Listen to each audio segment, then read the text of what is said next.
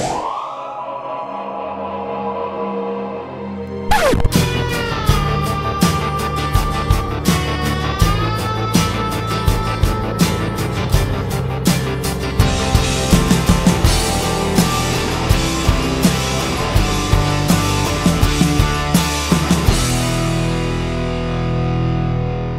there!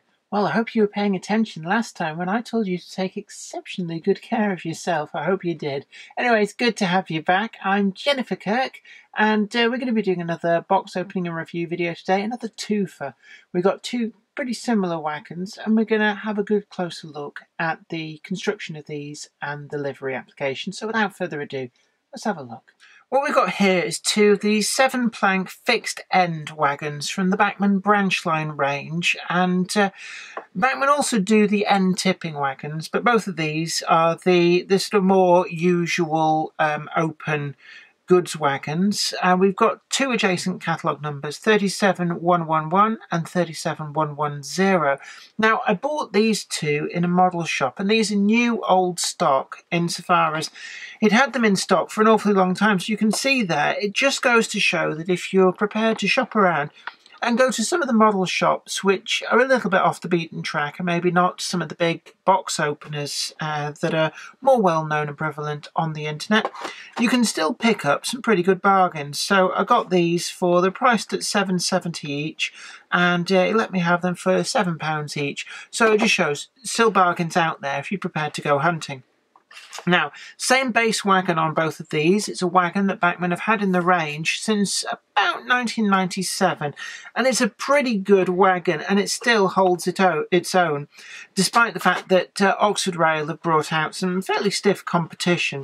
But I'm going to start with 37-111. This is the 7-plank fixed end wagon, Earls and Roberts. Now, both of these, they're post-1923 railway clearinghouse designs, and the purpose of the RCH designs was that they put together a kind of a minimum standard for wagons, and prior to this the wagons have been a little bit different. There were certain things which were allowed that the 1923 standards chopped out. One of them was things like gum buffers. So these wagons are presented with regular buffers. So just try and undo the sticky tape. These really haven't been out of the box at all. And we're going to discard the usual packaging that we've got in there from Bachmann. And what we can see here is actually quite a bright, colourful wagon in the livery of Earls and Roberts. And this is in Long Buckby. They were coal merchants. This wagon's numbered as number 6, but I think I've said about this before, was that it was a common ploy by some of the smaller wagon owners and operators to number their wagons not necessarily in order of the wagons that they had. So for all we know, Earls and Roberts could have actually only had one wagon, but by numbering it as number 6, it gave this illusion possibly of a much bigger fleet, and therefore of a coal merchant who was doing a little bit better than perhaps they were. That's not to say that that was the case, but it was certainly a practice that did go on. We can see that the livery application is as sharp as we've always come to expect from Bachmann. And one thing that Bachmann are particularly good at, which I've seen the Oxford Rail wagon competitor to this fall down on, is the white. Now, Oxford Rail don't seem to have quite got that right on a red wagon base yet, and it looks a bit transparent. But in the Bachmann offerings, that is crisp, it's clean, and there looks to be no issues whatsoever. We've got all the metalwork of the wagon picked out in black, as was fairly common for the day. But the base of the wagon is quite a nice red oxide colour, and then we've got shadowing on the letters in black. So altogether, it's really, really nicely done. There's a lot going on the wagon's underframe here, and we've got the build plates. They look like Charles Roberts build plates, but once we get the macro lens on this, we'll be able to see that an awful lot clearer. And it seems to be that it's got 3 different ones along there. So I'm not quite sure without looking under closer magnification. It may be that they denote different things such as railway clearinghouse specification, wagon builders, and possibly even an indication of ownership of the wagon. We've also got something else here as well, and I suspect that that's something to do with where the wagon was first registered. I could be wrong. I haven't actually looked at this yet under closer magnification, but it was quite common for a lot of these wagons. At date of first register, they would be registered to the railway, not necessarily to where they were going to be used, but where the wagon builder was. So I suspect that that's an LMS build plate on there. We've also got some of the sign writing, the load and the tear, and it's really altogether, it's crisp, it's clean. There's not really a lot to fault with this. It's a wagon that's been in the Bachmann range for an awfully long time. We've got separately applied brake details. It's a hand brake on both sides that acted independently of each other. So you could apply the handbrake on one side, but it wouldn't be applying on the other. There's no connecting bar across. And these were an unfitted wagon, so when they were running in the train, they would be loose coupled. There would be no train brakes, but certainly when these wagons were in a train, was about to descend a hill, sometimes they would stop depending on the need for braking force, and the guard would pin down some of the brakes to assist with braking force to stop the train from running away. So you could actually pin down some of these brakes, and it would just help to slow the descent of the train. We've got the same crisp internal details that we've come to expect from Bachmann wagons. We've got the representation of the bottom doors in there and the planking, and the brown that it is finished in is, I do prefer this darker colour.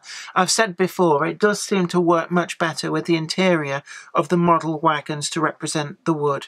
So we're going to move on now very quickly to the second wagon. I'm going to move some of that packaging out of the way.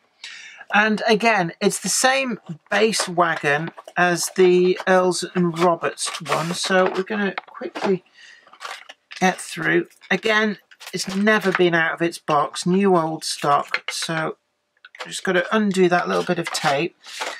And we can see there, it's a little bit more of a simpler livery, but it's equally as well applied. It's one of the things that Bachmann do really, really well. We don't get any bleed through of the colouring from the strapping underneath. And that's something which I do look very critically at some of the offerings from other model manufacturers. And Bachmann have consistently always got this right. So it is really a good plus point for them. Wagon fleet number there appears to be 580. Now, that doesn't mean that Shaka had 580 plus wagons. What it does mean is that it could be, like I was alluding to before, that they made an impression that they had a larger wagon fleet and were therefore a larger company than perhaps they had. That said, they could have had an awful lot of wagons. They were a big company, and it's a wagon which I've seen that Bachmann have introduced a number of wagons in appropriate liveries for that company. We haven't got quite as much going on the sole bar, so we don't have the works plates. In fact, turning it round, yeah, it's the same both sides. We don't have any wagon builder plates that we did on the Earls and Roberts, but we do have the tear weight and the load weight on there. Everything is really, really sharply printed on. It's a really nice wagon, very, very nice for running a new sort of 1930s period of mixed freight trains. So I'm going to be adding these to the ones that I've already got. And if we look underneath, again, we've got the independent brakes on both sides. It's a handbrake, not connected, so applying the handbrake on one side would not apply the brake on the other, and vice versa.